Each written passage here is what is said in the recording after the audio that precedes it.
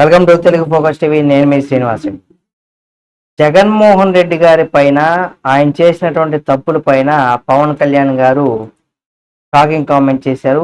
అసలు ఎందుకు చేశారు, అందులో ఆయన ఏం తప్పులు చేశారు అనేది కూడా ఆయన వివరించారు. ఆ వీడియో గురించి దానికి సంబంధించి వివరాలు కూడా ఈ వీడియోలో మనం తెలుసుకుందాం.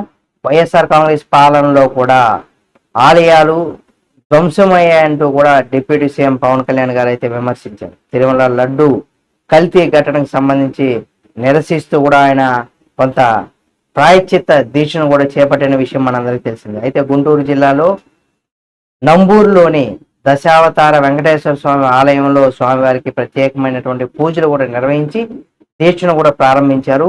11 రోజుల పాటు ఆయన దీక్షను కూడా కొనసాగిస్తానని కూడా చెప్పిన విషయం మనందరికీ తెలిసిందే. అనంతరం ఆయన తిరుమల శ్రీవారిని కూడా దర్శించుకుంటారు.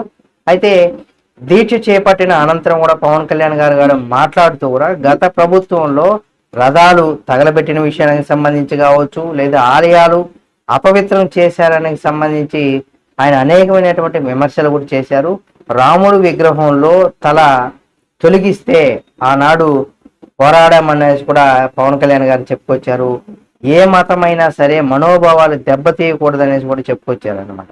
అయితే ప్రసాదాల కల్తీ, నాణ్యత గురించి, ఆ నాణ్యత లేకుండా చేసినటువంటి వాటి గురించి గతంలోనూ కూడా చెప్పామనేసి కూడా పవన్ కళ్యాణ్ గారు మరోసారి కూడా గుర్తు చేశారు.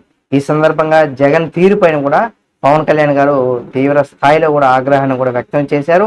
2019 సంస్కరణల పేర్లతో కూడా వైఎస్ఆర్ కాంగ్రెస్ పార్టీ చాలా మార్పులు చేసింది అనేది కూడా చెప్పుకొచ్చారు. ఆ ప్రభుత్వ హయాంలో స్వామివారి పూజ విధానాలను కూడా మార్చేశారని, శ్రీవాణి ట్రస్ట్ పేరుతో 10,000 రూపాయల వరకు కూడా వసూలు చేశారని, దీనికి బిల్లు మాత్రం 500కే ఇచ్చారని కూడా చెప్పుకొచ్చారు అనమాట. అయితే రాజకీయ లబ్ధి కోసమే వైఎస్ఆర్ కాంగ్రెస్ పార్టీ నాయకులందరూ కూడా ఈ విధంగా విమర్శిస్తున్నారనేది కూడా ఆయన గుర్తు చేశారు. అయితే తిరుమల శ్రీవారి లడ్డూని మహాప్రసాదంగా భావిస్తామనేసి కూడా మహాప్రసాదాన్ని కూడా కల్తీ చేశారా అనే దానికి సంబంధించి కూడా పవన్ కళ్యాణ్ గారు ఆవేదన కలుగుతుందనేసి కూడా చెప్పుకొచ్చారు.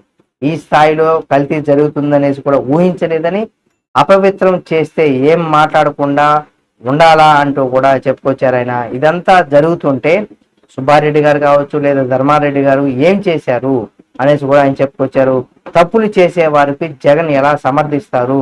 అయితే కోట్లాది మంది హిందువులు స్వీకరించేటువంటి మహాప్రసాదాన్ని కూడా అపవిత్రం చేస్తారా?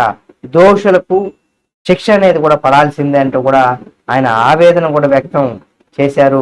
అలాగే వేదన కలిగించినటువంటి అంశంగా కూడా ఆయన గుర్తు చేసుకొచ్చారు. కాబట్టి మేము పోరాడతామని కూడా చెప్పుకొచ్చాను. ఏ మతం పైన దాడి జరిగినా సరే ఇలాగే స్పందిస్తాము.